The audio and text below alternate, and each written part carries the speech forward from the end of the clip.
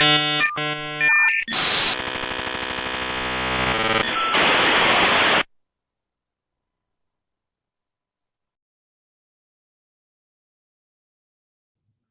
got a bunch of bald guys.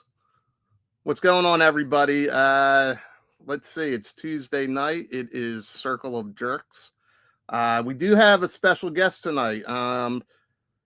A former Super7 employee who is going to share some information with us, what he's done for the company, what he's got coming up, and we'll see if he can give us some insights as to what just went down. But before we do all that, we've got to bring our lovely dancers to the stage. And let's start with the always lovely, hold on, I lost my music. Pretty sure I got the right stuff. Yeah, there we go. Let's bring the lovely Terry to the stage.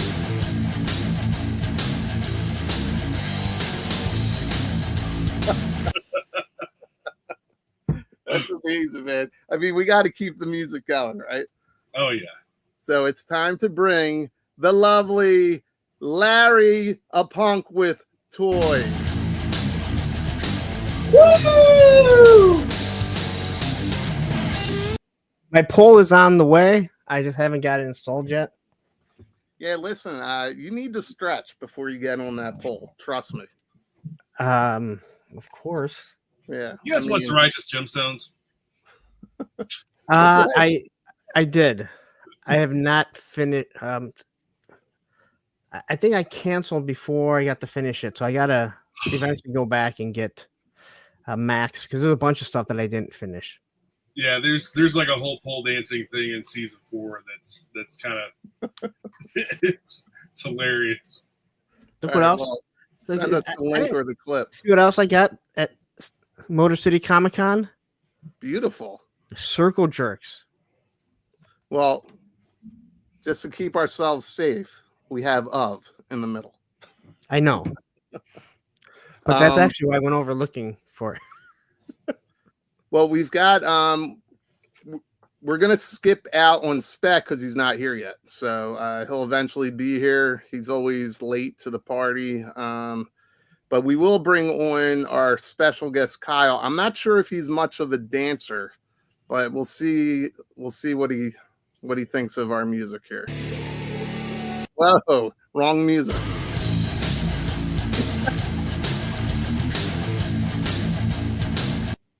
What's going on, Kyle? Howdy. How we doing? Good, man. How are you? Excited to be here. This is the first, so it's cool to meet like-minded people and talk toys and all this stuff. I got nothing but time now, so let's do it. Unfortunately, we heard that story, and hopefully you can give us some insight.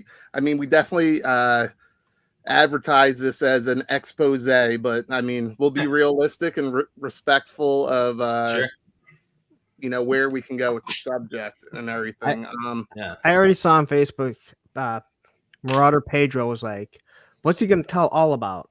And I just wanted to be like, never believe anything Baldy says.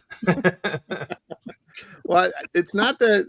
Listen, we had some great sidebar conversations, but we also have to respect that there's a lot of things in motion behind the scenes. So, 100%. Yeah. The coworkers that are still there and my bank account. Thank you for your respect. So we need to respect that.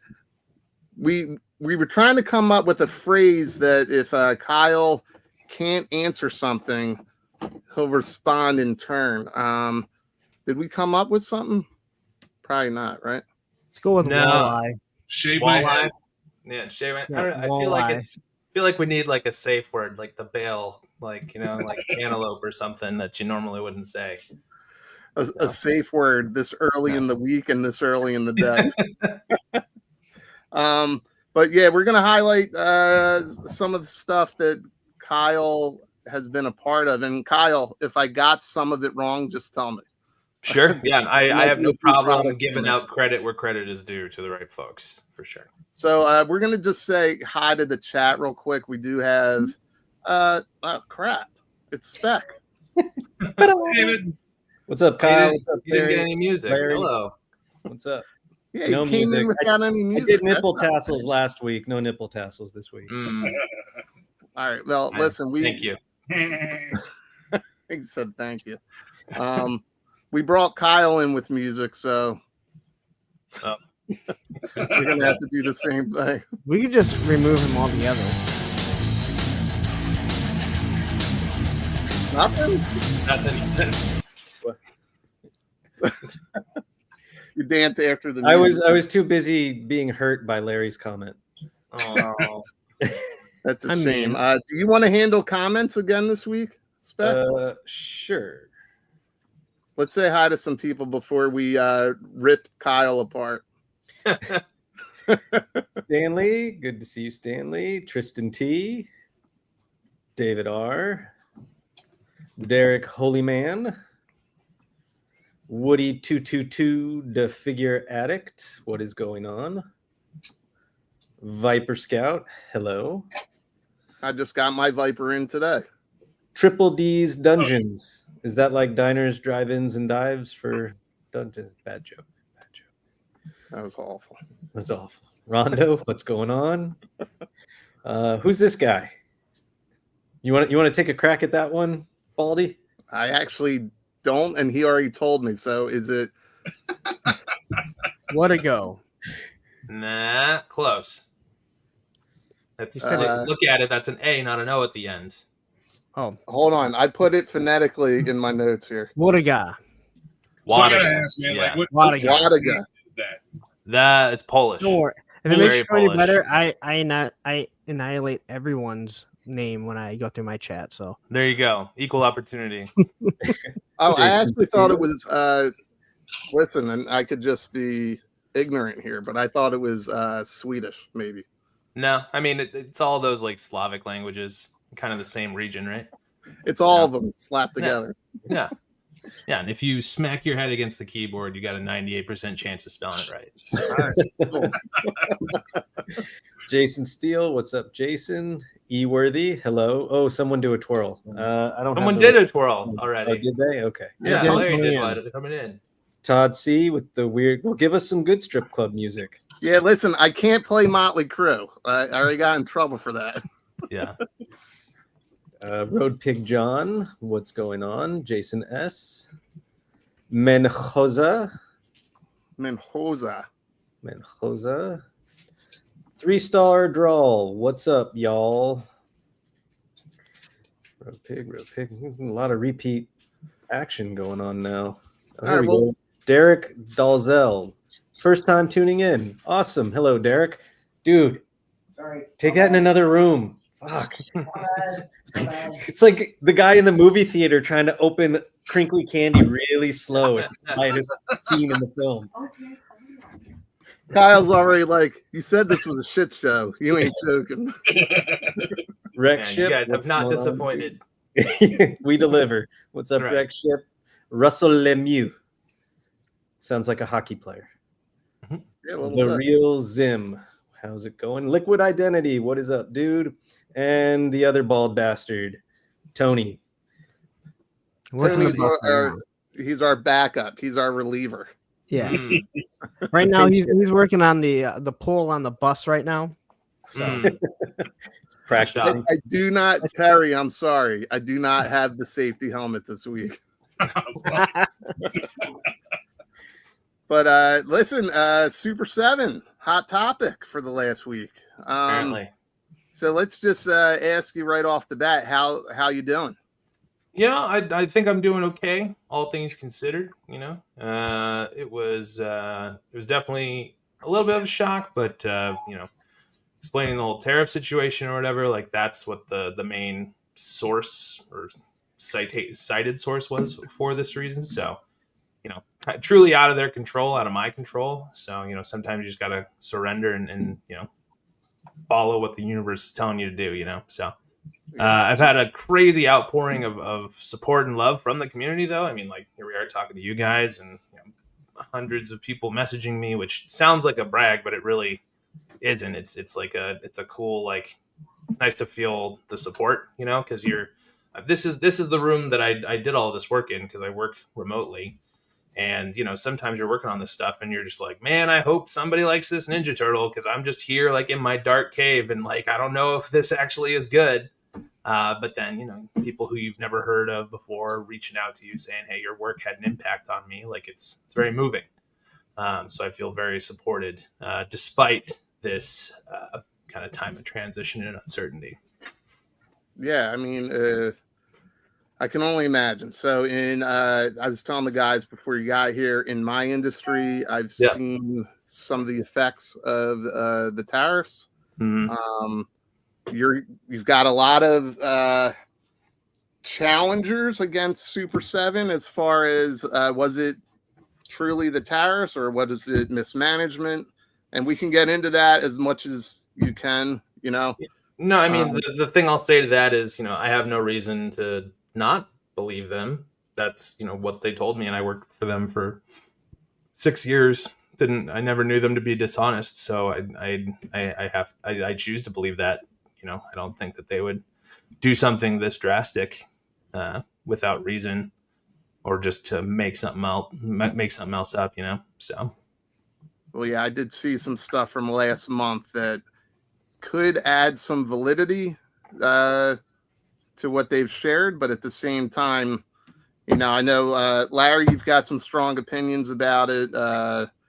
Terry, I think everybody does. Wait, sure. What am I missing that you guys are laughing at? Your comment. Oh, What you just said. but let's get to know Kyle before we go off the rails here. Or anything like that. So, Kyle, you'll need to correct me if I'm wrong, and it's okay. I'm wrong a lot. If you go off my first 2 marriages, I've been wrong before. So let's see here. Should we add? Go ahead, yes. Kyle? All right. So we're working on doing an episode of.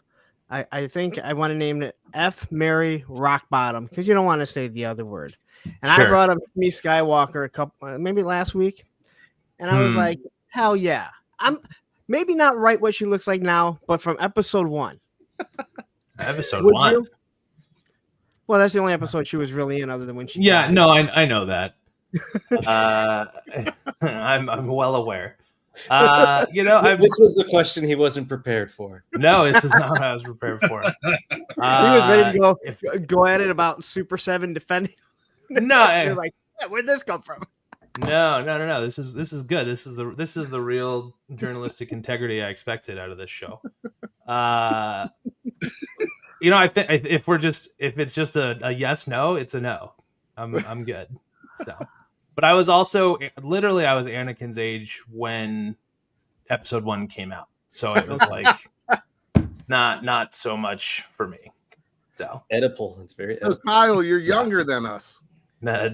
Apparently, sounds like by a significant amount. Well, we're 80s kids. You're a 90s kid, right? Yeah. Mm-hmm. Yeah. So I'm a 80s kid. I just turned 35 yesterday. So. Oh, that's right. Belated happy birthday. I meant to. Thank you, sir. Thank you. Yes, happy birthday. Thank you. And now we know you won't thank Shmi. We'll keep the comments up briefly because with 5 people on, it makes everybody super small. Sure. But let's dive into some of this. So Kyle and I had a little sidebar conversation. And basically, Kyle, we're going to move you to the top or right in the middle because you're the guest. Okay. I'm going to the bottom. Right in the middle of the circle jerk. Terry, you're the cookie this week. There are worse places to be. All right, so the subject, SUPER7, because you've worked for them, right? I did, yeah. And we're going to highlight some of your work, but we thought it would be fun to highlight. Kyle, you said you worked on so many SUPER7 products and different projects in the last, you said 6 years, right? 2019? Yeah, 6 years, 4 months. That we thought it would be fun to highlight the stuff you didn't work on in the first few slides. Yeah. See, if you like it, that means that you don't like my work. It's better. If you're like, oh, it's so much better, then it means that you're Well, all the better for it. for people tuning in or doing whatever it's called, the playback, Yeah. this is Kyle's last name. Good luck saying it. That's what I have the phonetics for. I still can't do it, dude. I can barely Let it read. go. There you go. I've said it to you like 3 times in this stream. I know. Gotta go. What to tell I'm ya. dealing with a lot of personal stuff. Sorry. You and me both. Actually, you definitely got me beat this week. Yeah. Baldy just put his foot in his mouth there. You're good. That I definitely did, and I can admit it. Here's the QR code that goes right to Kyle's Instagram page. So if you guys get a chance, scan it. It'll come up a few times because I was getting a little silly with the slides. So All good. scan it, follow them, give them some. No one's support. gonna scan that. Why is nobody going to scan that? What are you trying to say about the people that tune into this? There's That's a direct insult. All these people give us a like and follow our things That's when we right. tell them to do that. So they're totally going to scan this when we tell them to do that. I think they did that Hey, before. look, you're scanning it right now. There you go. Kyle, part of what they're referring to is I put up a QR code and it rickrolled everybody. A couple Perfect. times now. So But- you've burned them before. I see. Follow. Right there. Yeah, but it was April Fool's. Hey, I gotta follow Baldy Locks too. Yeah, I need to follow Baldy Locks. So, Kyle, you did not work on the Peanuts. I did what not I- work on the Peanuts. A very talented designer by the name of Nomi Kane worked on the Peanuts line the entire time that I worked there. She was formerly a staff artist at Peanuts for like 4 or 5 years, so she knows the brand inside and out. And there was nobody better to be working on Peanuts. Well, it was a super fun line. Is Nomi one of the people you were meeting up with for a beer? No, she is in the Bay, but she's a very dear, close personal friend of mine. We're gonna figure out a time to hang out and commiserate later. That's awesome. Guys, have any of you guys collected these? No, I enjoy looking at them because I watched Peanuts as a kid, as I'm sure a lot of you did. Oh yeah. Well, this is where SUPER7 is niche within a niche, right? Mhm. It's does stuff that you would never normally see, and I did grab a couple of these. They are way over there, so I'm not gonna get them out. But No. I mean, they even had Charlie Brown with the mask on the back of his head. Mm-hmm. Yeah, so interesting stuff. You told me you did not work on anything plush. Is Nope. this stuff that you did not work on? Yep. Also did not work on this.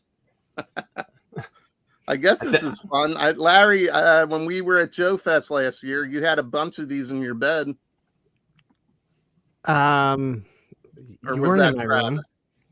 Travis? Definitely Travis. That would have been Travis. G.I. Joe, we're big G.I. Joe fans. You said Yeah. you have not touched the license. I have been in meetings where they were discussed and designed, and that's about it. I did some early concepts when we first were trying to get the O-ring and reaction license. Like it was probably 4 or 5 years ago, before the actual O-ring stuff started happening. I was part of that original pitch, but then we brought in a very talented guy named Michael Gullen, who absolutely lives and breathes G.I. Joe, and he was brand manager, lead designer on everything G.I. Joe, from the O-rings to the Ultimates to the vehicles, all that stuff. So shout out to him as well. He's a great guy.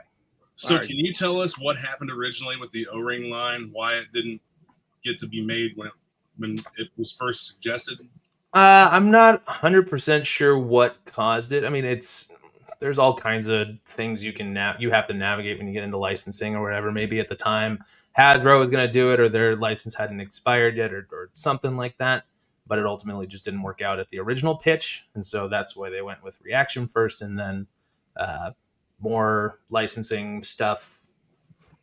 Talks occurred, and then it became the real thing that they're currently putting out now. And I love those little O-rings. I think they're great, and that whole team worked tirelessly to like make sure that they're like up to spec and measuring original GI Joes and all that stuff. So, there's certain customizers who do take them apart and put stuff together, and that should all be compatible with the Super 7 stuff. So They're not. a lot of love was put in those. What'd you say, Ter? They're not. They're Oh. not. Bummer. Sorry. They're close.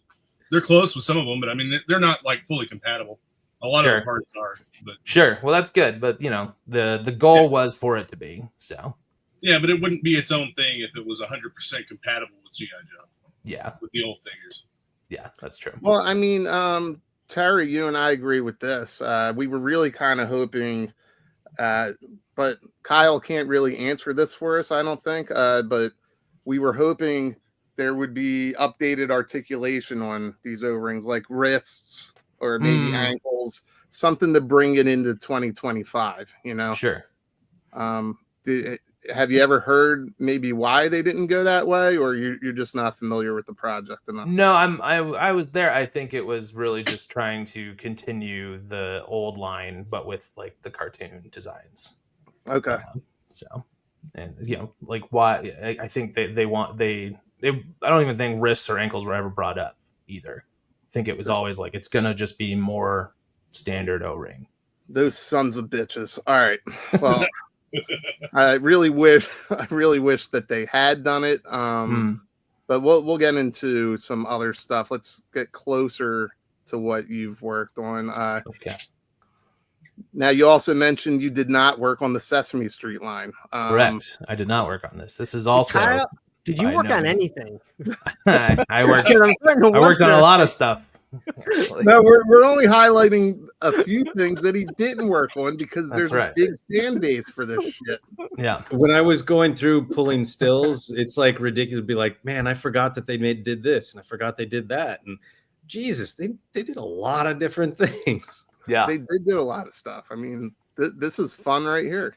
Yeah, we during this this time period of a little more free time, I've been counting or whatever, and I decided to stop counting how many figures I worked on when I reached 1,000. So, All right. Well, hopefully my pictures are right. Now, I have a question about Sesame Street.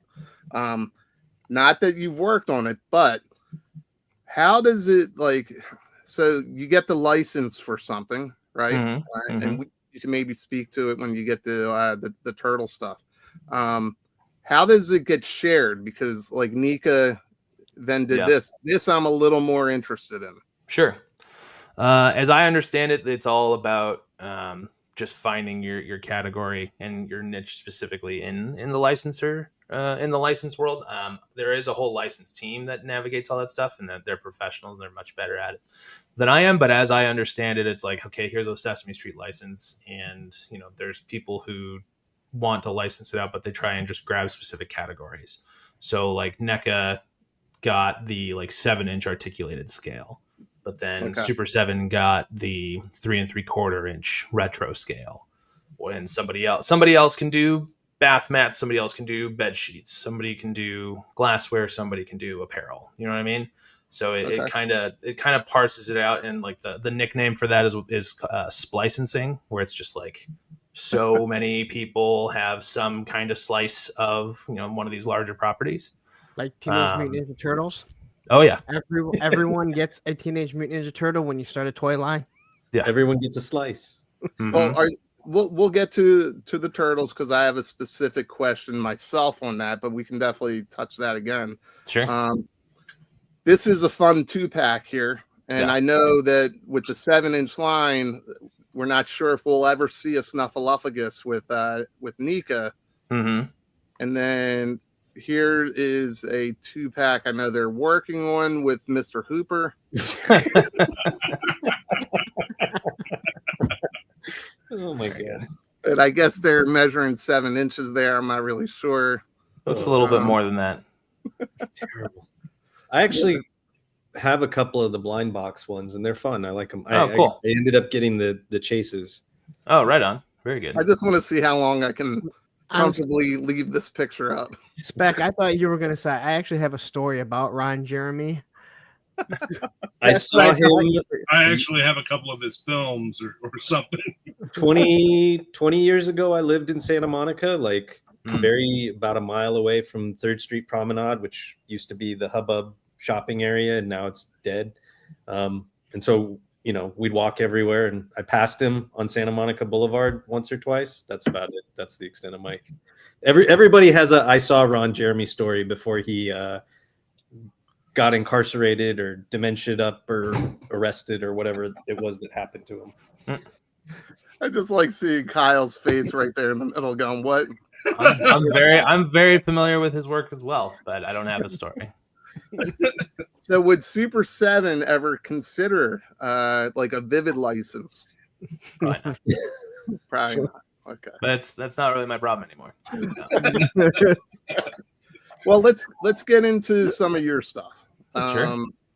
So let's get back to the slot. Whoops. See, Kyle, I'm awful. No, you're I'm good. awful at this. You're good. So we're back to your name. I pulled this from your page, and I found some amazing artwork. Have you guys seen some of this? Thank you. Anybody? It looks like Spec was talking to us, but he's probably yelling at one of his kids. Kyle, They're speechless is what I'm going to take. they are speechless. So, Kyle, this was just something you did. This is just digital art that you were. Yeah, these highlighting were for fun, and these were a long time ago.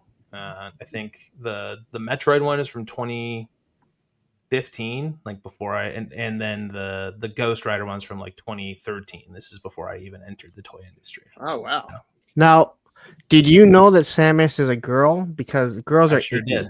I sure Girls are did. icky.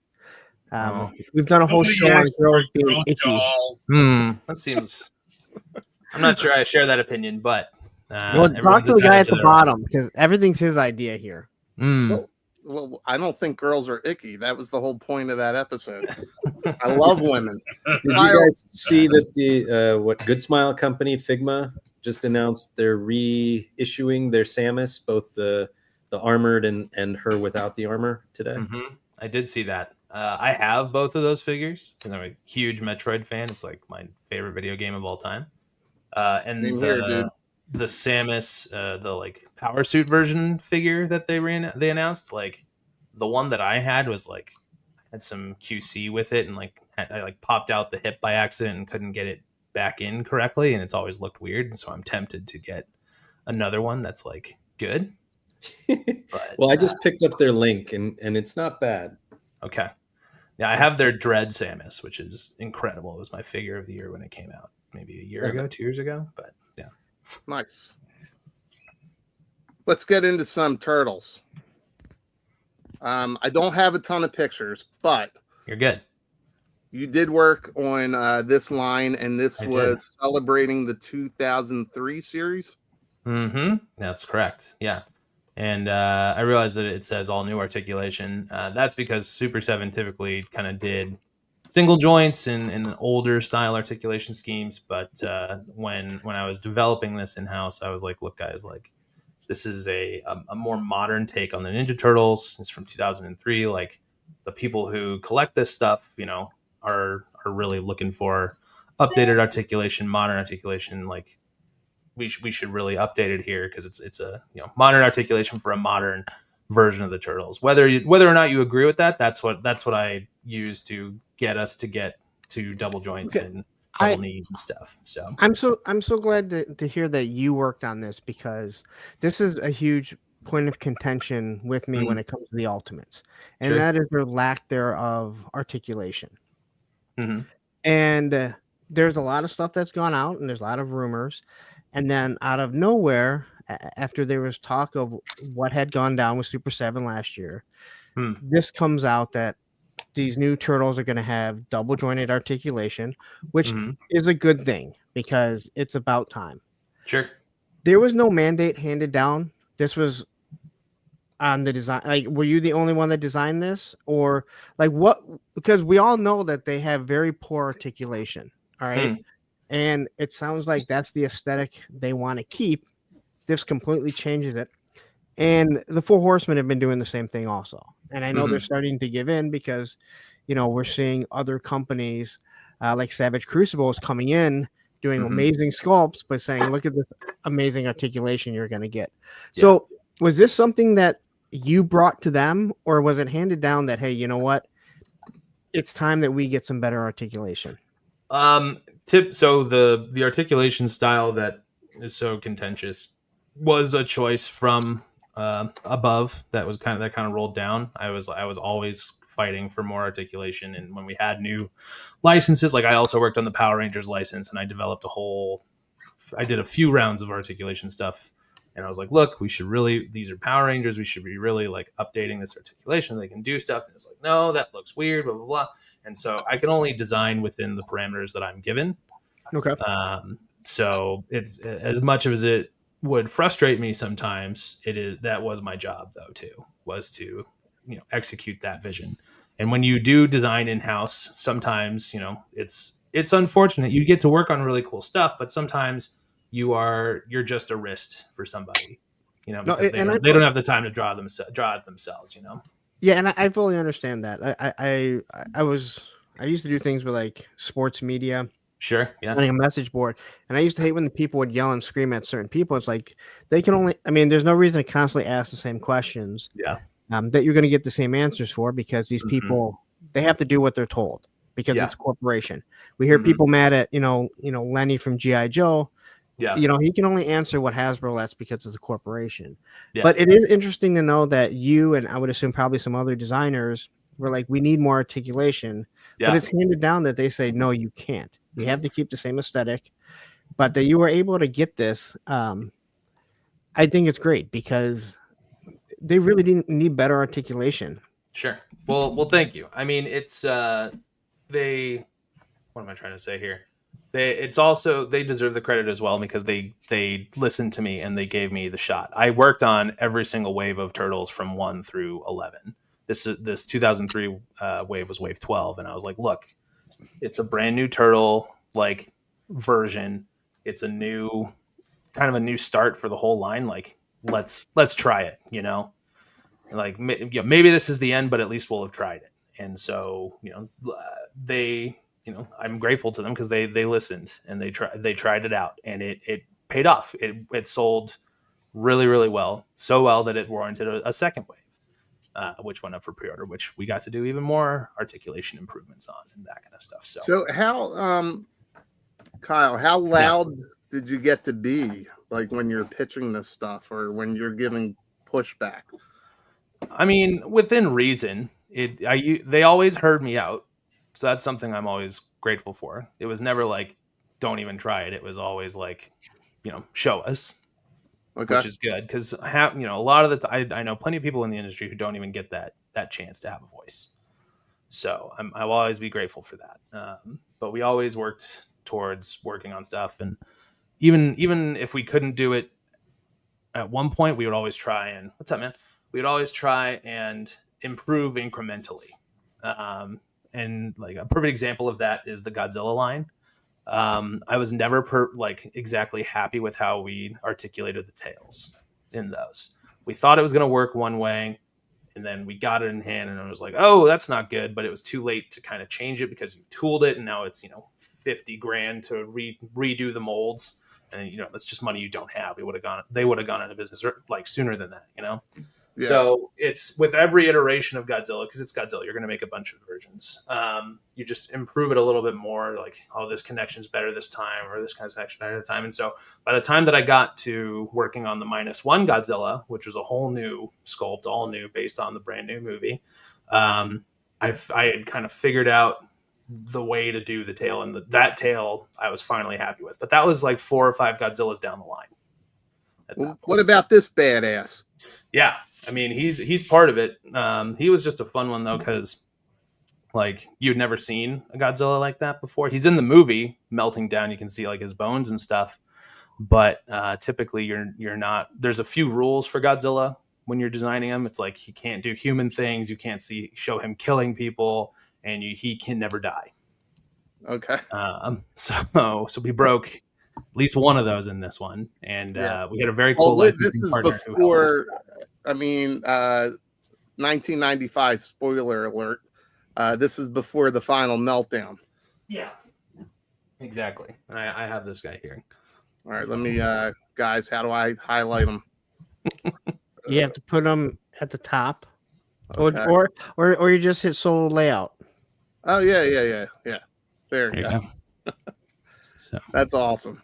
Yeah. Now, did you get to just walk away with that, or you had to pay for it? oh no, so this was back when I was receiving samples and stuff. Oh, that's cool. So it was very good. That's awesome. Most of the stuff that I have that I worked on, I did not pay for, and that was part of the job. As it should be. Thank you. As it should be. If you design something, you should. I mean, I'm sorry. Expect toy. I mean, if you design a car, maybe you shouldn't get the car. But Yeah. that I agree. And when I hear like places that don't do that, Yeah, you just kind of like, really, like you designed it as an action figure that cost $25. It's Whatever. crazy that companies don't highlight the artists, like whether it's the box art or you're a designer. Like at the end of a TV show, movies, there's the credits. Yeah. I just think it would be kind of cool. I'm sure there's a reason that they don't. Well, some companies do that, like NECA and Mondo. I think the reason that I've seen it cited as like we don't do that is because I mean, if you guys ever watch the Toys That Made Us, there's like 80 people who can take credit for inventing He-Man. Sure. And so it can be, toys and toy development is a very collaborative process. And so I kind of understand, not like maybe a company not wanting to like hand out exactly like sole responsibility to one person. Maybe there's a security thing in that too. But yeah, I don't know. That's the other thing I kind of want to touch on though, is like, it is such a collaborative art form. Like, I feel very fortunate to be able to talk to you guys today and like talk about my time and my experience there. But I'm just one of many other people, very talented people who were at SUPER7 in the design department with me and elsewhere, who also got let go at the same time last week. I just have the privileged position to be able to talk to you guys because I know you guys. Well, let me ask you a quick question, because I'm sure a few of us are thinking about it right now, since you're talking about the layoffs. Were they as big as what we were being rumored last week? Like, was it truly 80-90%? It was not that many. No, it was not 90% of the company. That's not correct. How big is the company? Do you remember how many employees were there at one point? I mean, at one point it was, close to 200. It's definitely not near that point right now. I don't think they want me to say how many people are in the company right now. That was always something that was like a keep that to yourself thing. That's like proprietary production numbers, right? Yeah, sort of. You don't say how many of these Godzillas were actually made. Yeah, more or less. So is there going to be the opportunity for you to maybe freelance for SUPER7 and not be an actual employee, but like a contractor? I mean, maybe. I'm not sure. I assume that's probably what they're going to go with in the future, is contracting a lot of work out. I don't have possibly with that. Yeah. There was a point where we had a guy who was on staff come back on contract. His name's Brandon Gash, super talented dude. He actually sculpted those 2003 turtles and worked with me very closely to develop those. He's at Mondo now, but we had him on contract they had him on contract for like probably 6 months or so. But I do think that it gets a little bit weird legally if you let someone go, but then immediately hire them back on contract, because it's like you have to legally state that your position was dissolved or something like that, or else you open yourself for litigation or whatever. I'm not 100% sure how that works. Yeah, it has to deal with them paying into benefits and all that. Exactly. Yeah. All that stuff. I just wanted, so I'm not a 2003 Turtles guy. Sure. I'm just about every other version, but I just wasn't watching or collecting when those came out. Sure. But they look great, and just going off of like with the articulation and everything, all the reviews and everything that I've come across, like people seem to really be responding to them and really liking them, which makes it suck even more of like what's happening. But Sure. You were saying, so the second wave will still come out? That's what I've been told. Yeah. So again, I have no reason not to believe that. especially because I really want that shredder. That's like my favorite shredder design of all time. So I'm now just like you guys. I really want those. I really hope they come out. So So they because you're part of that team or you're the designer, you guys both shredder up, right? I mean, a little bit. He's pretty tall on his own, though. Yeah. So, like, I think he's like 8 feet tall in the show, which is crazy because he's like it sounds like you guys aren't super familiar with 2003, but he's like a robot suit. He's like a Krang. Yeah. So, Well, no, I'm familiar with some of the characters. Like I know Toy King, Toy King, Rat King. You guys made him rather large. Mm-hmm. Well, he's supposed to be a tall dude. He's supposed to be like 6'2", 6'5". So. Any other turtle fans here? Me, I had the first wave. Well, I didn't have Mikey for some reason, but I had the others. And then my comic store, I wasn't trying to get into another set of turtles because I had the NECA cartoon and I had the movie and the whatever, and I have the Mezco. And then my comic store for Black Friday, like 2 or 3 years ago, put a bunch of them on clearance for like $25. And I was just like, yeah, so why not at that point? Yeah. So like the ones I still have are like the Sewer Surfing Mikey and the Samurai Leo and the and I love the Sewer Surfing Mikey and how that had translated from the Playmates, the original Playmates design. Yeah, he was fun to do. I got to do the graphic for his surfboard. Like I had to like recreate it from the vintage because they didn't have files for that, so I had to like look at it and then like put it together and make sure it fit and all that stuff. So can I ask this? No. I don't know. We'll see. I know I can ask it. Should I ask it? All right. So I'm sure you have nothing to do with price points, but we know the price point's $55 for the Ultimates, which I think is way too much for, unfortunately, the quality that we normally get. But when it's a smaller figure, they don't charge less. But when it's a bigger figure, they will charge you more. Do they, like, say the Shredder, you said it's bigger. Do they let you know, hey, this is going to be a deluxe figure, it's going to cost more, and give you the okay to put more into it? The price point, I think, first of all, is determined by licensor, because you don't want competing price points against other companies or whatever. That gets into the very complex world of licensing, like we talked about. So I'm not 100% sure about that.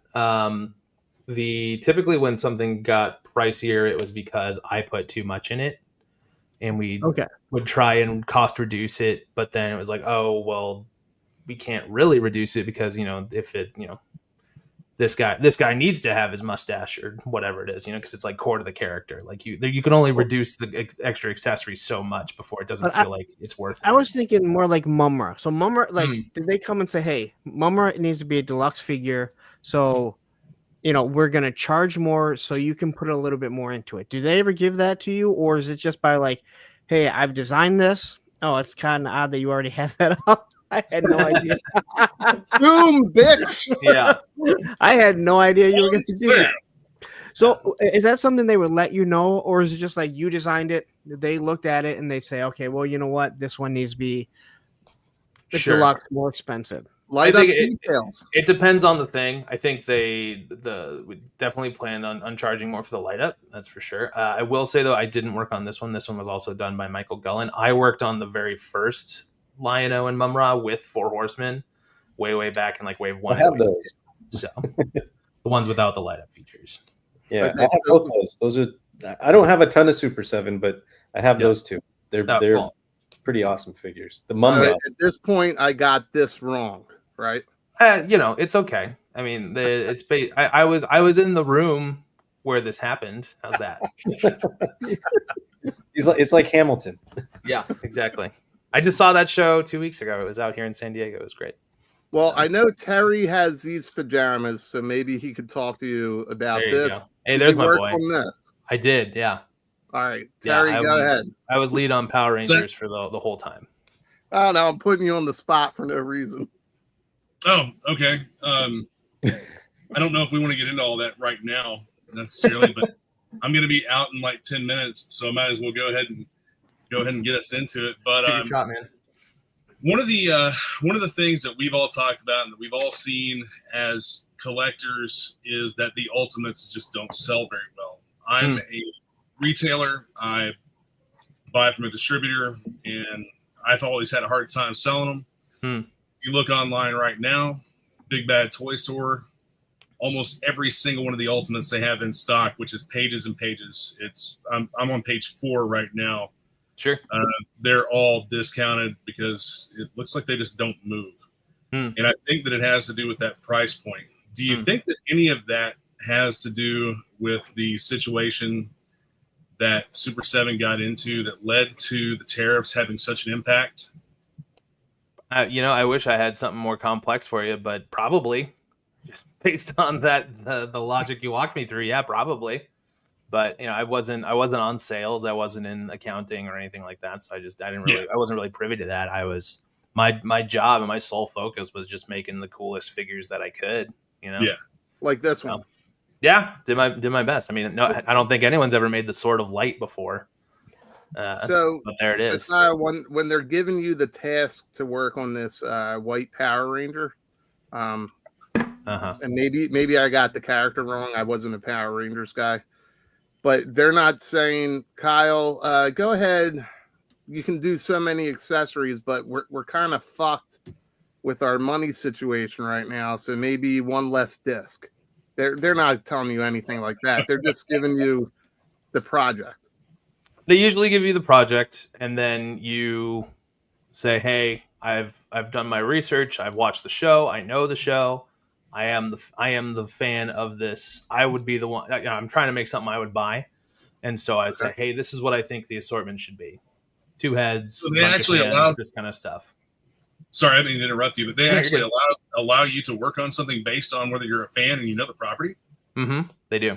That's awesome. That was a huge guiding point. Where it was like, I know G.I. Joe and I'm a fan. I love Cobra stuff, but I also knew that Mike, has forgotten more about G.I. Joe than I'll ever remember. So I was like, give it to Mike because he's gonna do amazing with it, So, but when Power Rangers came out, I was like, look, like Power Rangers really hit me like at the right time. I was like 5 or 6, like when it came out. It was like, So what was ingrained in me, being a Power Rangers fan as a kid, getting to work on something like that as an adult? It's pretty incredible. It's definitely like the dream come true type of job, And what I found more fun though was just rediscovering the brand as well and watching all the shows, seeing it for like what it is and like appreciating so much more. Like I think as a kid I really liked the Zords and the karate moves or whatever, but then as an adult now and as a designer now and a metalhead now, I was like, dude, the monsters are like some of the greatest designs like in TV ever. Like they're incredible. And there was just like nothing off limits. They just made everything and it just looked so fun. Like it was insane. So just like I said, really getting to rediscover it again was a really, really fun thing. And then, because I really liked Power Rangers when I was a kid. Yeah, exactly. I kind of want to touch off that because you were a Power Rangers fan and you got to design Power. You're a Turtles fan. You got to design Turtles.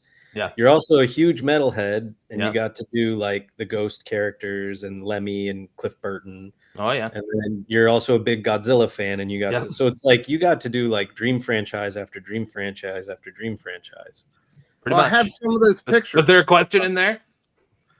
No, I mean just like like do you think you'll ever be fortunate enough with that kind of opportunity again? I mean, obviously, have I peaked? Is it all downhill from here? No, I don't think that's the case. I mean, I think that you're extremely talented, and I think you'll land on your feet and get to do more cool shit.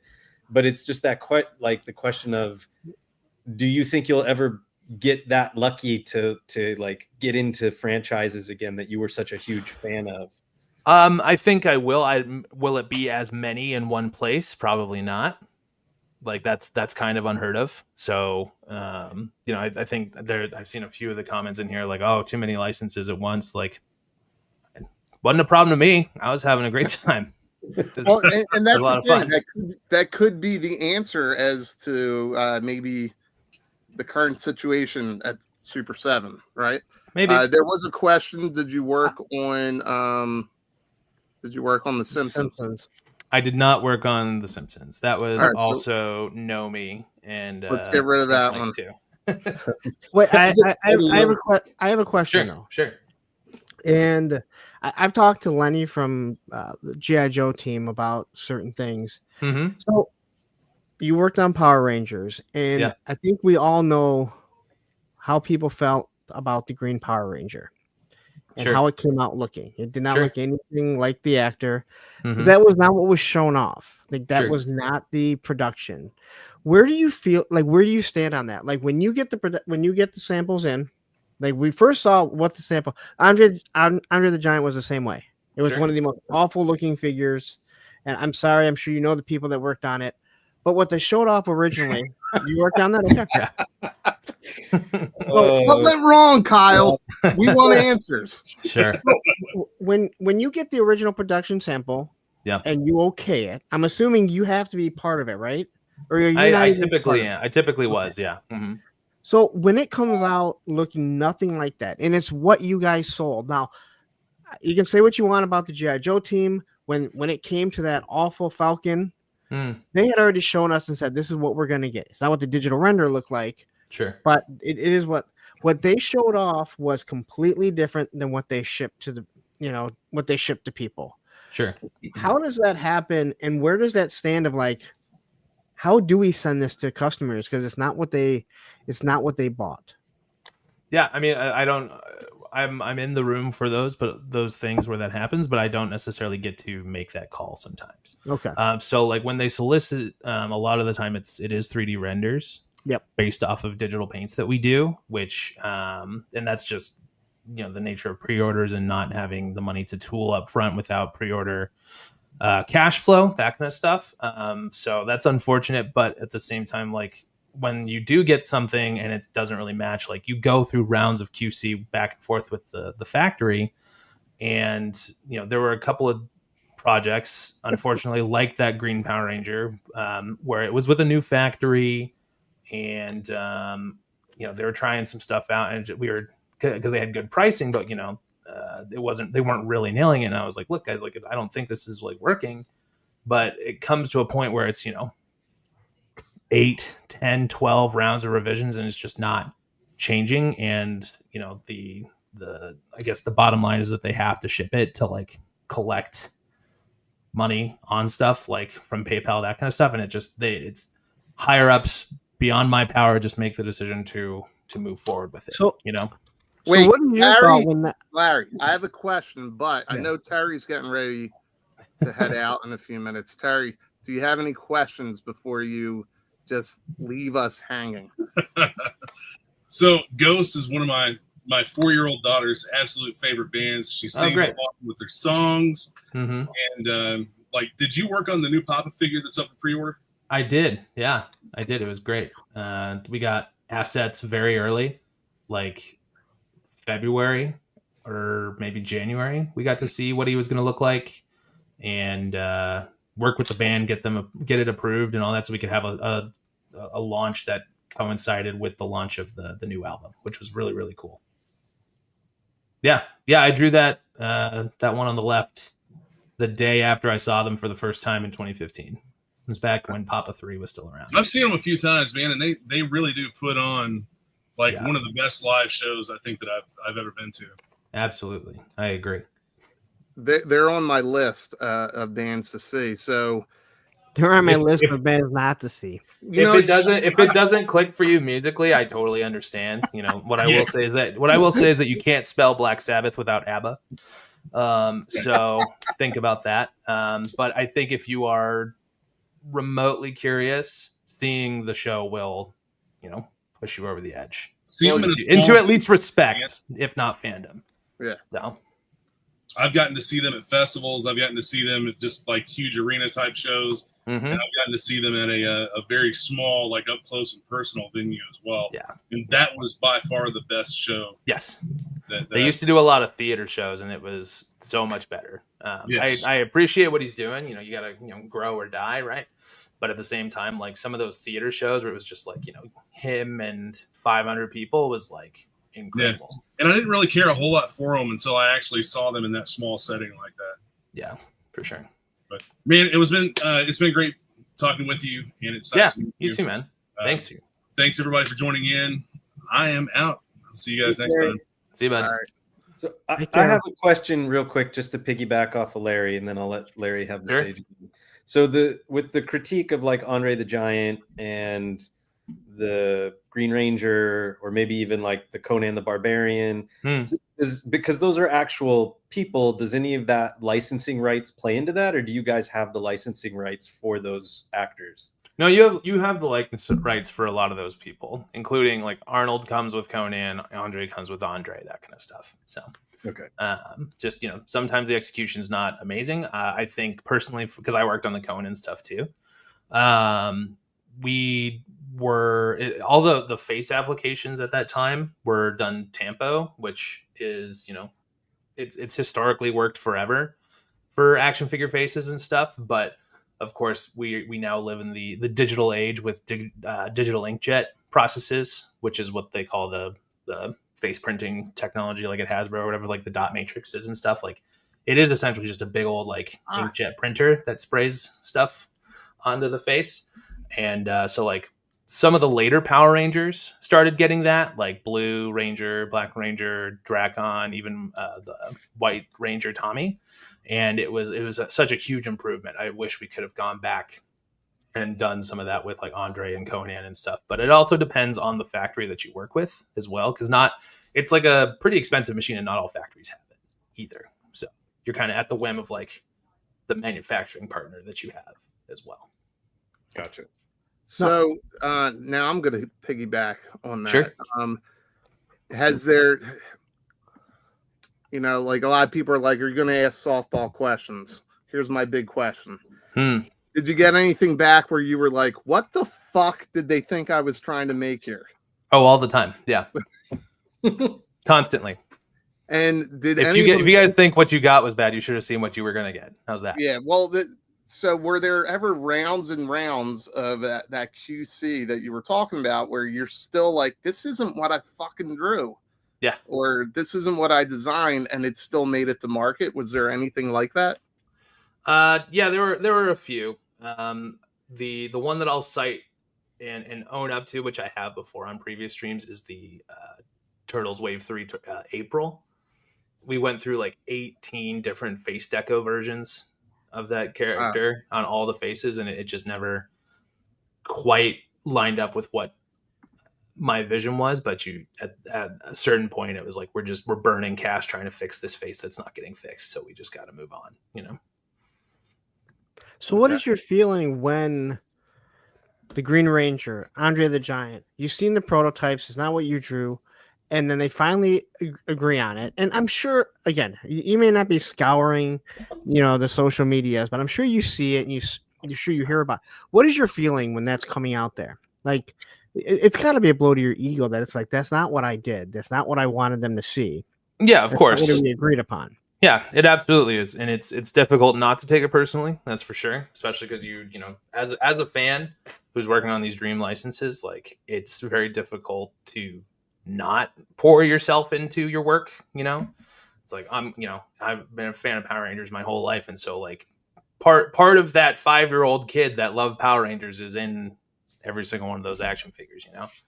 And so when it doesn't go exactly how you wanted, like, yeah, it's really difficult, but it's also a good reminder and a good exercise to always try and separate art from artist. And that goes for your own work as well. I think the hardest exercise for that with me in this regard is I'm sure, as you're all familiar with, the Sexy Rat King debacle.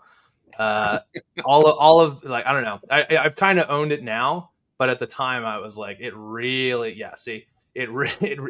like affected me, because it was like, that was like the worst I've ever seen it. You know, like whoever drew this should be shot, like that kind of stuff. And it's like, okay. So, Yeah, I'm not a fan of that. I mean, again, like I'm very vocal about my feelings on certain things, sure. but I try not to get personal. Yeah. At sometimes it may not come off that way. Mhm. Especially when I think someone is flat out lying about things. Sure.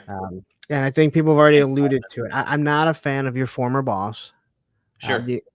Because I feel like I've caught him in numerous lies, and other people have too. And it's been very bothersome because Sure. I really lost it when he pretty much told everyone about that, you know, the Tigra with the paint that rubbed off, that was bleeding through. It looked awful. It was missing stuff. That he pretty much just said, hey, you know what? The factory was done with us. We were done with them. What are you going to do? And I was like, people just spent, you know, $55 on this figure. They've been waiting. You know, sometimes you have to eat the cost. And pretty much to tell people, hey, F you, just deal with it. I'm not a fan of that at all. Sure. And I think most people can understand that. Though people will make, and it's not just, you know, him, but there's other things. Yeah. But I do want to ask something because obviously you were laid off. Sure. What I will say real quick before your question, working with Flynn was in my time was great. You know, we had a probably pretty typical boss employee relationship, but he was a good dude, and I can always tell he was trying to do the right thing. Never felt that he was lying to me. I'm not here to defend him or defend any of his actions because it's not my responsibility anymore. But in my experience, I think he's genuinely a good dude who is trying to have fun. And I think to me, that's what bothers me more than anything, right? I feel like I've caught him in lies, but if it was just me saying it, then I'd say, okay, maybe it's just me. Sure. And I want to like the guy because from what I understand, he's straight edge, like I've been my whole life. He's a punk rocker. He's a skateboarder, but it's like, there is something that I catch when he's on the full force or when he's on Robo and Veeb. Like I'm always catching something and other people are catching it too. So it's like, it's not just me. And again, I understand you can't always tell the truth about certain things. You know, you do have to be coy, but there's just certain things that rub me the wrong way. And I feel I don't want it to, you know? And people are alluding to it because people want, you know, again, people want me to be this dodo dick. I'm not going to badger you about certain things, but I did have a question, and this was one of my biggest things. Now, being laid off, you posted something on Instagram. Am I jumping the gun, guys? Well, not. I don't think you're jumping the gun or anything. You could ask. Well, I didn't know if you had something else. Well, I want to highlight some of Kyle's work before he gets out of here. Okay. But go ahead. Why don't we finish up this SUPER7 thing and we can talk about my personal work and we'll get out. Yeah. But so Larry, before you jump in on that, I'm going to piggyback again because it's come up 3 or 4 times in the chat. I don't have a lot of experience with this, but the non-metal vaxxed Silverhawks versus the metal vaxxed, apparently Brian or somebody said that you can't metal vac, and then eventually you guys did come out with metal vac. Did you work on the Silverhawks line? So I also didn't work on the Silverhawks, but I was there. And I think that was where originally they had wanted to do them in the vac metal, and every factory that they had worked with said no, can't do that. And so eventually it just took, you know, I guess a lot of convincing or talking or whatever, and then one factory said yes, and so it happened. So I had Jeff on my show last week, I think, and I talked about this and I said, okay, you guys know my feeling on Brian. Sure. I'm not a fan of his, but I have to defend him because I listened to what he said, and he always said the plastics today the vac metal will not adhere to it and stay on it. Yep. So when he finally did it, he said, hey, here they are, but if you move them around too much, they're gonna flake off. And I'm like, I'm the one that has been really hard on this guy, like a lot of other people, but I got to defend the guy when he flat out told you guys, hey, this is what's going to happen. So don't move it. Yeah. And that's what he gave you. I do understand why people would be mad after they said, we can't do it. And then they order them and then they go, well, here's the vac metal ones. I can see why people are mad about that. Sure. Well, it's like when somebody says, look, I can't give you a rare hamburger, But if that's what you want, you're gonna get fucking sick. It's not my fucking fault. First off, you know what I won't mean? get sick from over a hamburger. You'll get sick from an uncooked chicken. All right, well, whatever. Agree to disagree. Listen, Kyle's a music fan. Yeah. And it kind of leads into some of his work. So, Kyle, did you work on Sabotage? So this was also Mike, but again, I was there. Sorry, I didn't do any of the hip hop stuff. All right, good job, Mike. Let's go to the next one. I did work on Cliff though. Yes. All right, awesome. Yeah. Because this was cool. I've seen this several. A few of my This is a friends fun. have it. This is a fun one because it's the only officially licensed, approved guitar in the entire Super7 line of any music, anything. Oh, really? Yeah. Aria reached out to the Burton estate, who then reached out to us and was like, "Hey, they want you to put all of the Aria official logos and stuff on there." So it's actually an Aria Pro 2, which is what he played. Wow, And this is the only figure that has, like, at least in that I've worked on, that has like an officially licensed guitar in it. So you're saying my Rancid's 2 little guitars are not officially licensed? yeah. Sorry to break the news. Well, For the wait, price of $20, they should be. No, Spec, read this one because it's a nice compliment. Yeah. I just got my 2003 Turtles. Love it. Dream come true. Glad you like it, man. Yep. So Worked this on Lemmy is too. the official. This is G.I. Joe Dreadnought Torch. Yeah, pretty much. So you can customize it into whatever you want. I did work on Lemmy. I've worked on. I did a post, and you probably saw it. Also, I did a post of all the Lemmys that I've worked on. I got to work on like over 10 in my time on Super7, which is amazing because as a kid in high school, I used to Photoshop Lemmy's mustache onto myself because I couldn't grow a beard. I've been such a fan. He's been such a hero to me for years. So it was it was just amazing to be able to work on his action figures. So, quick sidebar: when it comes to Motorhead, and I don't want to disparage the music, but I swear to God, you can play any of the music and you can sing Ace of Spades to every single one of their songs. Pretty if close. that music play and you just sing Ace of Spades, it's going to fit. Some of the shorter, faster stuff for sure. Music. Triple H, you think? They definitely have a style. I'll give you that. Yeah. I mean, most bands have a style. I know. That's why they're popular. Song, but I swear, like every time I hear one, I'm like, "Yep, I could sing Ace of Spades to it."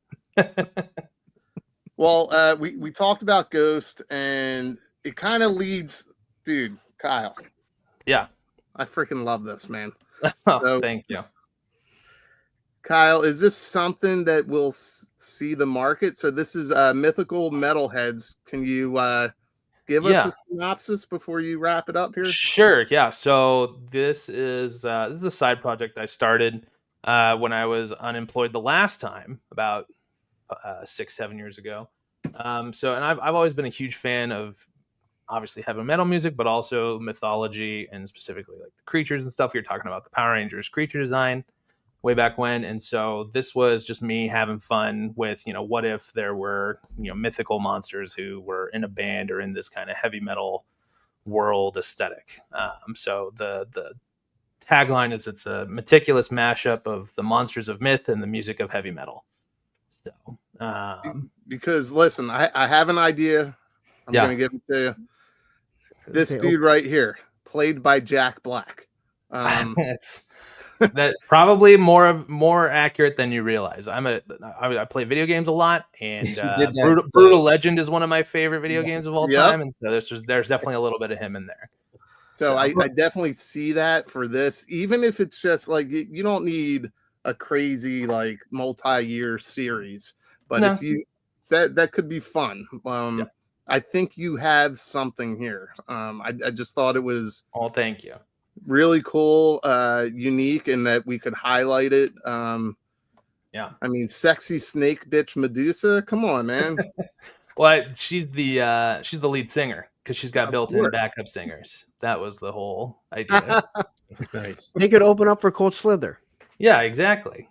So, absolutely. I like that. Medusa is like Beyonce or Madonna, just like a one-word name. Like you instantly know who that is. And there's not a whole lot of like mythological figure, like monsters that are like that, I think. Well, I think this is a lot of fun, and it really kind of highlights your work. Now, Well, you had mentioned that you had something. Do you have prototypes of these? Yeah, I have all three of them right here. Like here he is. All right, So let's get you this is who I call Louis, which is essentially just huge. The devil. Yeah, I was originally going to go with 10-inch statues. I think now, knowing what I know about all the other kind of stuff, I might do a different format, be it 6-inch articulated or something else. I just think it could be a lot of fun. But yeah, so this guy is the devil with his golden guitar, which is a reference to Charlie Daniels' Devil Went Down to Georgia. And then the face and the head are based off of the nameless ghoul masks from the Meliora era of Ghost. And then he's got Dimebag's goatee with the pink. And then this guitar is also kind of a nod to Dimebag as well. So, but that's what I was talking about with like the licensing in guitars. A lot of it depends on the manufacturer, but either the body or the headstock are copyrighted. So you have to like navigate all of that and change it a little bit. And so that's kind of what that is. So that he's got the pentagram on the ground. Yeah, this was a lot of fun when I was looking at it. I was like, dude, I think you got a cool little property here. Thank you. Yeah. Have you thought about reaching out to McFarlane, because he's going to need a property soon next year? Maybe. Who knows? Who knows? And it can be all of them can be jokerized. That's right. Yeah, look, she's already green. Just put some purple on there. That's easy. So, this one's probably one of my favorites. I would change some of the pose stuff if I could go back. But look at the paint on this. A friend of mine painted this for me and hand did all of these scales. That's awesome. Which is really cool. I mean, my favorite part on this is this fan who she turned to stone. Yeah. Oh, that's cool. That's a fun detail. Yeah. So. Allison says, if there's a woman in the line, Larry, McFarlane won't touch it. That's right. Yeah. And then here's Jack Black, as we talked about. So yeah. And he's got the maze for his bass. Now, see, he's huge. I could see The Rock playing him. Yeah, for sure. Maybe some. And he's the Brahma Bull, so it kind of might work for him. Yeah. Whoa, hell, God. What's going on? I just love my face. I'm not sure what I did there. Sorry for that little bit of sickness you all just experienced. You're good. Okay, so just out of curiosity, yeah, on the Rockstar angle of things, I don't remember how long ago when you were on with Bobby on A Toy Kind of Mood. Like, we in the chat ago or so. Mm-hmm. Yeah, it was like, what would you like to work on? What was that? Were there other rock people that you were working on that I mean, unfortunately, they probably won't come to fruition at this point in time, but can you mention who or?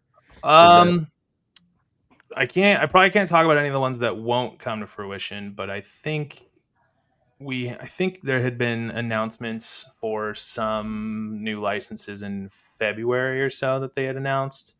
So I would check Instagram for that. I don't have that information on top of my head, and I don't want to say the wrong thing and get in trouble.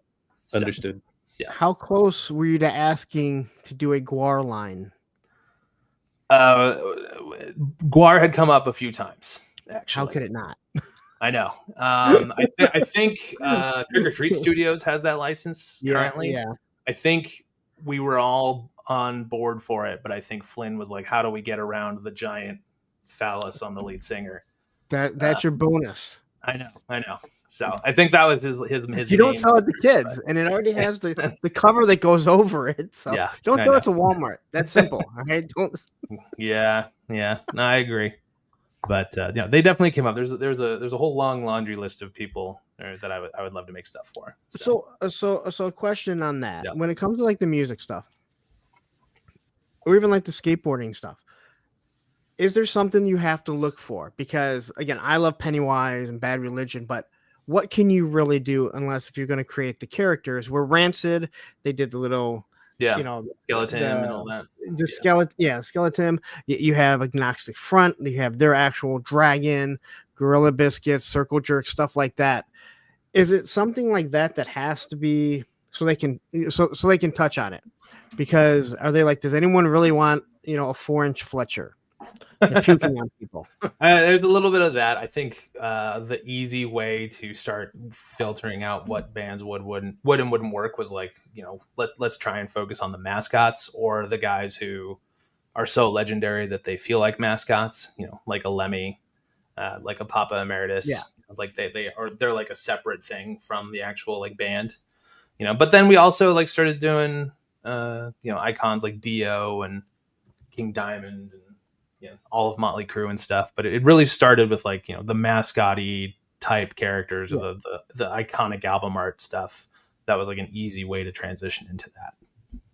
Well, Kyle, last week we did a show on SUPER7 and like I had pulled up some stuff from Glassdoor about it not being Sure. like a great environment to work in, but it sounds like your experience was pretty good, even though you got laid off.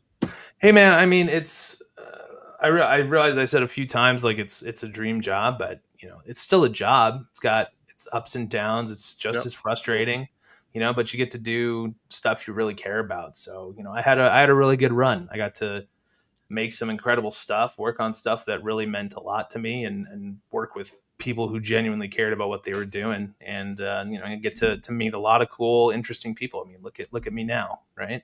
I don't think I wouldn't be talking to you guys if I didn't have this job. So I have no regrets, and I'm very grateful for the time. Well, this is a downfall of having this job, having to talk to people like that.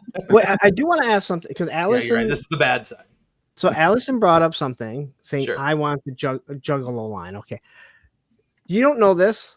He told us before. He's from Michigan, actually not far from where I'm at. Did they ever bring up doing ICP and you flat out said, fuck no, we will never do ICP? It had come up, and I didn't hear it. I didn't hear that in so few words, but it was. But you like said it. You went, me? No, I am not. I'm from that area. I don't want them. I know what 8 Mile is. I also know that Kid Rock is nowhere near Detroit. He's like 30 miles outside of Detroit. Yeah, my grandparents used to live off of 8 Mile in the Northville side. But that's way out of Detroit. I know, way out of there. I know. People, that's the Richie part. Yeah, I know. The Richie part of 8 Mile. That's right. It was a retirement community. Yeah. No, I definitely was like, because sometimes they'll say like, "Oh, we got this. Who wants to do this one?" And I, you know, many things that I would just keep silent on. You're like this. Yeah, and you're like, "Oh, I'm gonna be sick that day." Sorry. So, Kyle, before you here's Bobby head right now. out of here, Larry did not ask one of his hardball questions, so I'm going to ask it for him. Okay. Larry got a skateboard figure and wants to know why it didn't come with a fucking skateboard. I did not buy it, and that's one of the reasons why I would not buy them. Which figure are we talking about? And Kyle, did you work on that figure? I did not work on any of the skateboard figures, but I do think that came down to personal preference, because I think that some of the higher ups are not fans of like tech decks and stuff. So, but all you needed you cannot do all the original Powell Peralta figures in their graphics and not give them a skateboard. They are professional skateboarders. They did do it. They did do it, and they didn't sell. Yeah. No, I don't know if they did. I'm assuming they did. Well, I'm wondering if part of the equation, and Kyle, I don't know if like you're sitting at the cafeteria or whatever at lunch, if they're saying there's tech decks out there, people could go get those.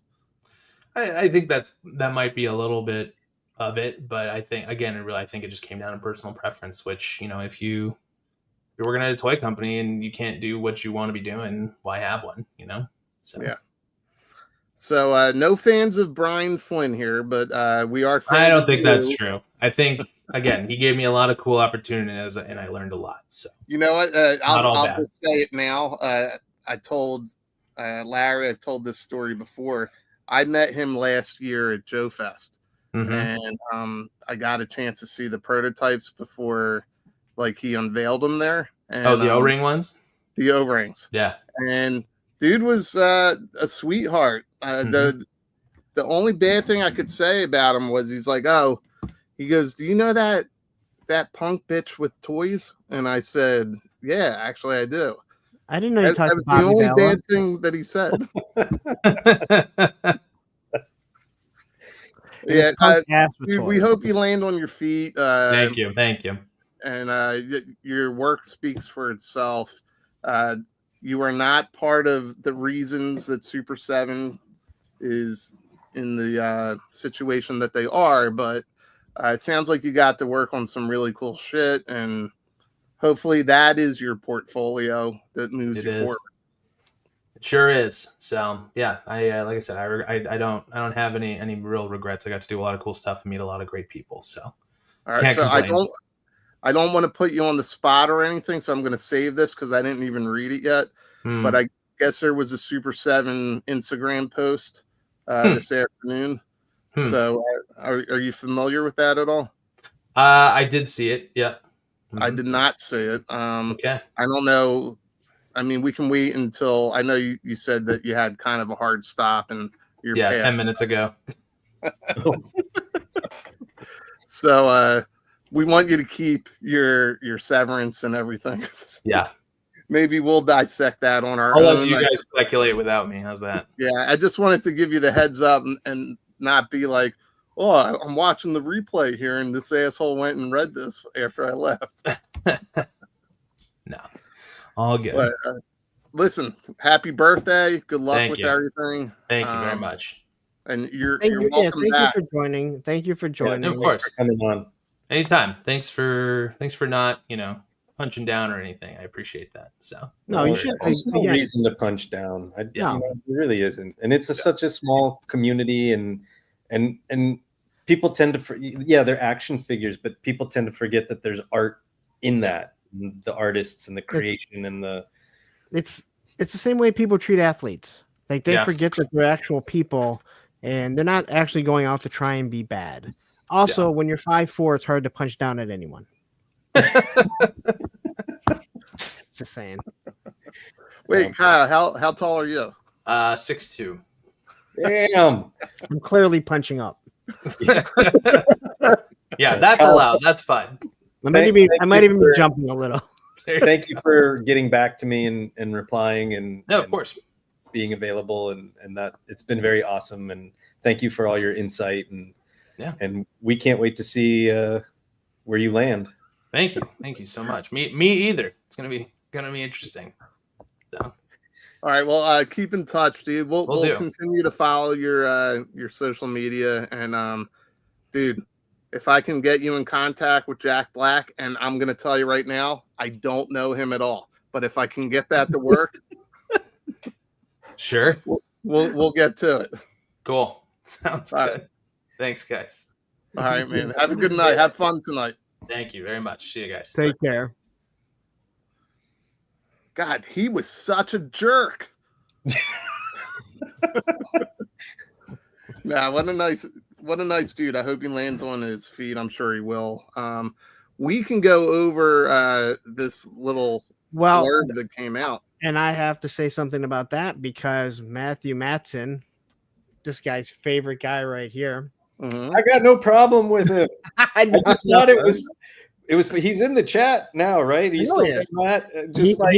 He sent me something from what you wanted, what you were going to show. From the SUPER7 letter? Yes, but from a former employee. Listen, from a former employee that had to. I have to disappear for 2 minutes.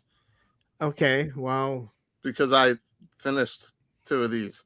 So, if only we had a Mossman commercial. Spec, don't you have access to the slides? Yeah, I've never done it before.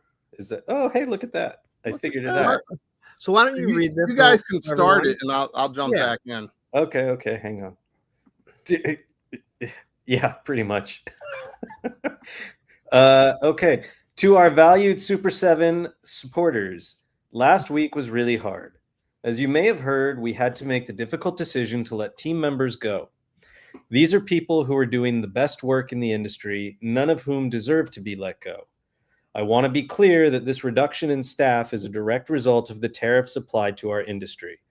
The preceding 6 months before the tariff announcement had been Super7's best since the inception of the company nearly 24 years ago. Then the landscape changed overnight. Make no mistake, the tariff is a tax on American companies and the American consumer. The people who lost their jobs last week were Americans across 16 different states.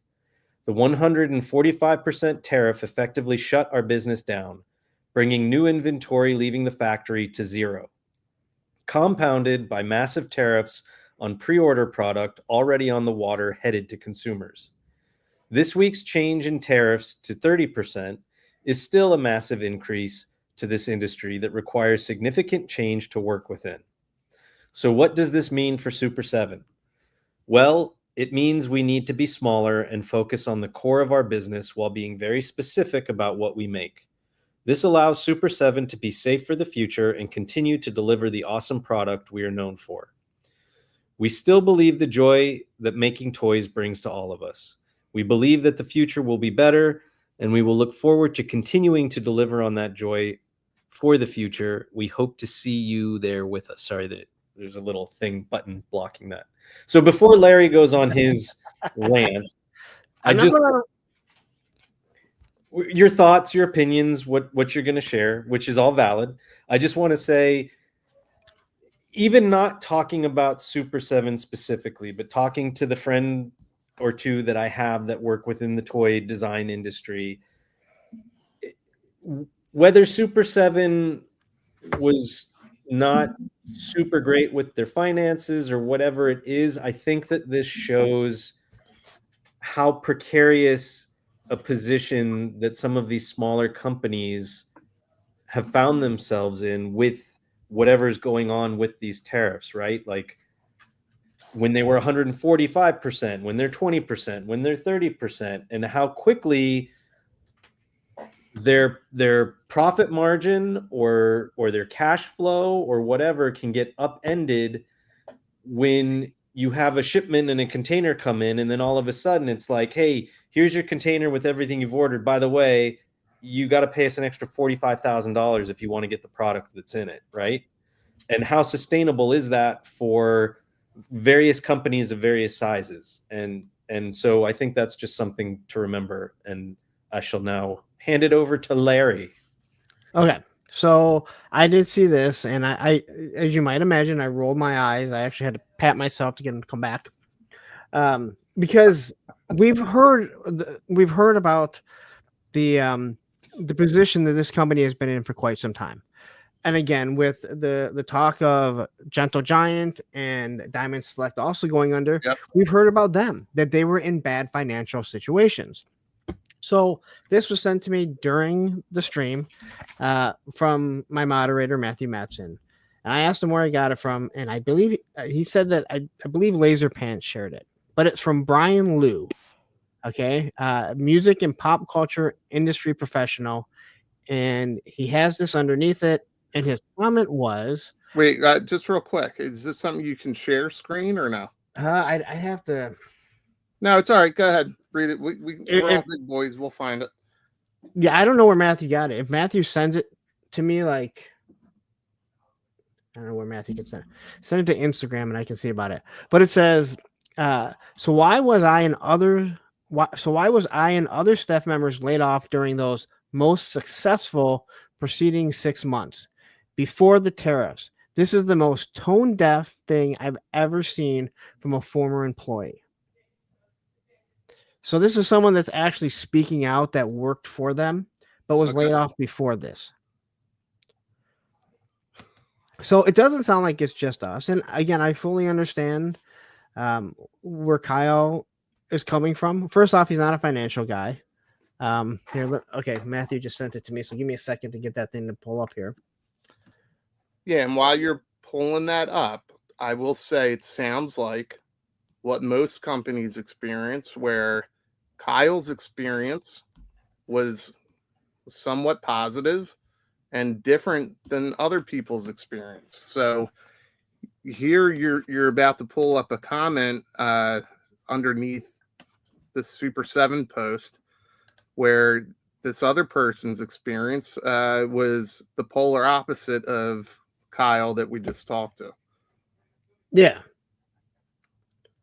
It would be amazing if Kyle was meeting him for drinks right now, because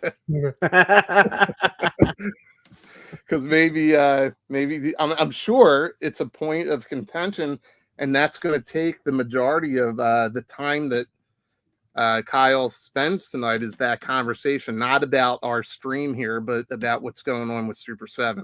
And I'm sure they're going to pick apart this post here. Let's see if I can get this thing to come up really quickly. Yeah, while you're doing that, here's a couple things here. Hi, it's me. Says, thanks, Kyle. Great job in the interview and with your time at Super7. Can't wait to see what you do next. Ken says, I can't help feeling like they're using tariffs as a scapegoat, especially when most of the other companies are taking the wait and see approach. We're going to see how that plays out, Ken, because I think we all agree here that Diamond Select, Super7, certain studios or certain companies were already in crisis before this. Go ahead. You got it, Larry? Yeah, it's right there. All right. So wait, I got to remove mine first. Jason, none of us are saying that the tariffs that they're not problematic. They are. But again, when a company you've heard for over a year, you see the stuff constantly going on clearance. I've heard Brian Flynn say, hey, you know what? We got stuck with all this stuff because companies he didn't say who they were, but he was referring to BBTS and Entertainment Earth.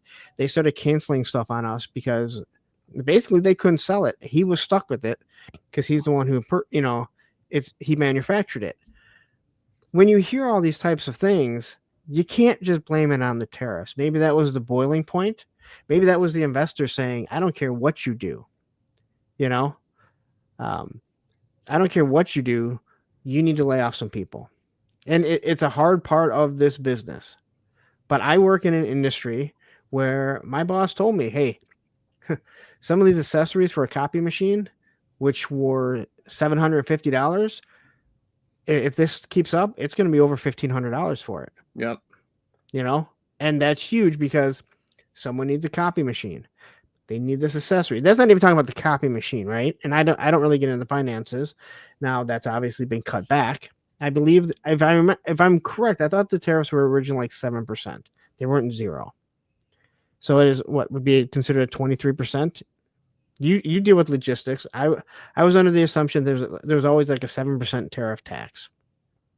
I mean, it varies, and I think it's what the company values the cargo at, right? Yeah. So, they're selling. I don't know. You're not going to get tariffed on beer, but they're selling this beer for $5, right? And then if the actual value that they declare to make it from the label to the can to the beer inside, if their actual cost is $1.25, that's what they're declaring, and that's what the tariff is on. Yeah, the percentage. So, I mean, beer is just a silly example, but you get what I'm saying. No, I get it. So it's not like you're getting the tariff on top of what the MSRP. It's on the cost of it, and then.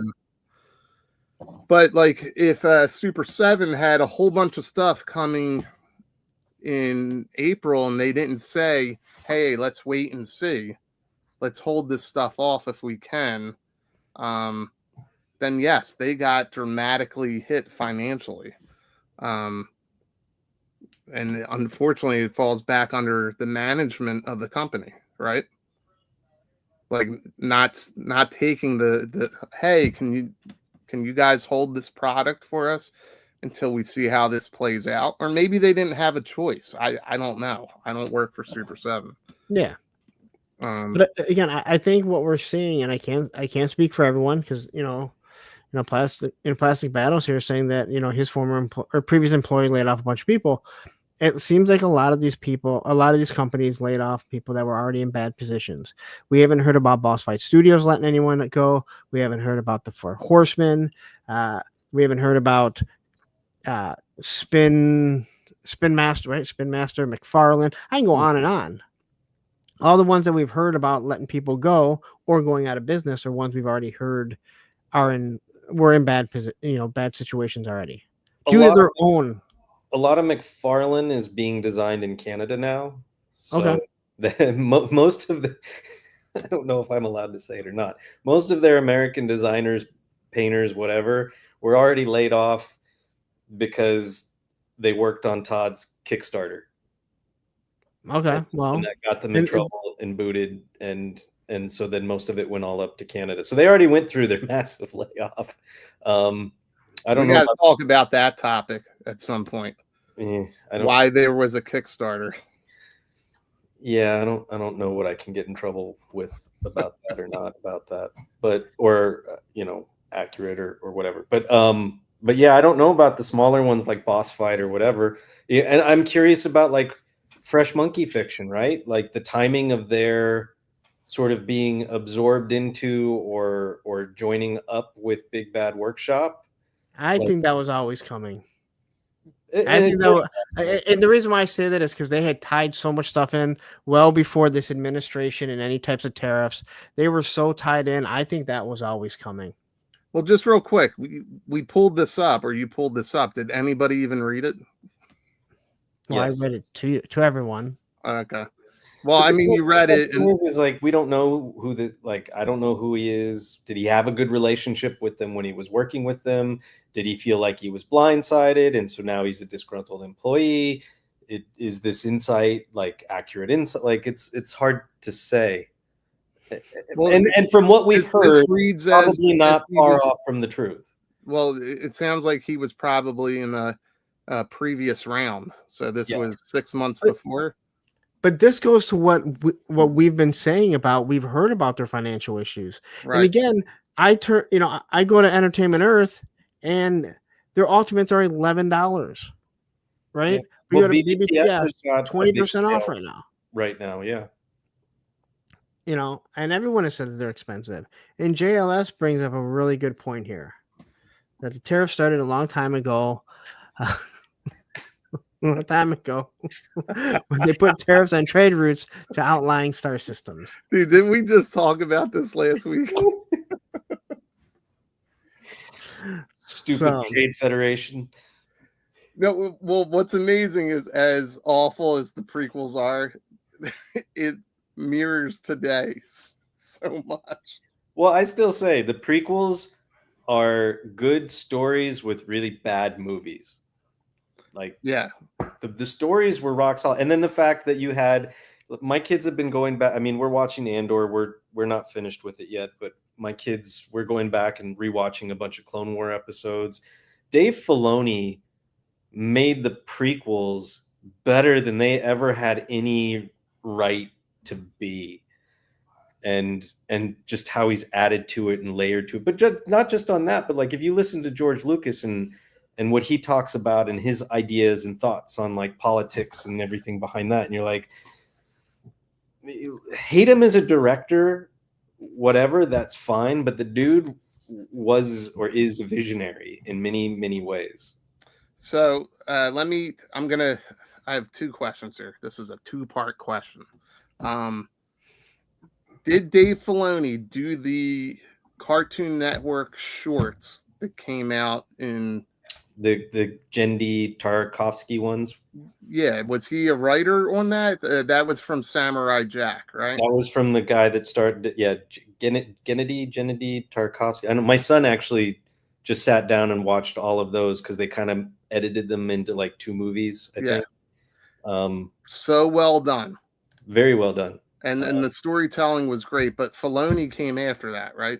Filoni came after that. So like they gave him that series. and I don't even think that's considered canon anymore. That got like thrown out with the bathwater. Filoni basically became Lucas's. Why did you get spec going? We will be here all fucking night. No, and I have wait, because it'll make sense in a second. So just real quick before we go down a whole new tangent, if it's not canon anymore, isn't how do you say Asajj Ventress? Asajj Ventress. Right? Isn't she in the new Star Wars show written by Yes. Filoni? She's in Clone Wars. Yep. She's in the recent one that they just showed off. The Tales from the Underworld. Tales of the Dark Side. Tales of the Underworld. Fuck you. Tales from the Dark Side. Which is a continuation of her character after Clone Wars. Like what became of her, right? Right, but the precursor was the Clone Wars shorts. She was introduced as a character in that, yes. Right. Okay, so my second question is Brian Flynn part of the Trade Federation? No, he's trying to fight it. He's trying to fight it. Yes. But what side of the law is he really on? Is he part of the underworld? I don't know. This is all you need to know. Jar Jar is the key. Always has been. Yeah, look, see? In 2D and 3D. 2D's nuts. Whoops, I didn't want to highlight that one. I'm glad pretty cool. Yeah. Well, I mean, they mirror kind of what's going on now in the world. And if there's one, I've said it before. If there's one thing that sells to kids, it's trade routes and tariffs and political overthrowing. In other words, no, it doesn't. All right. Well, before your mom kicks us out, can we all just have a moment of silence for Norm, who passed away? All right. You guys actually went silent. I wasn't expecting. I mean, you asked for a moment of silence. You want me to be a dick and like talk through the whole thing?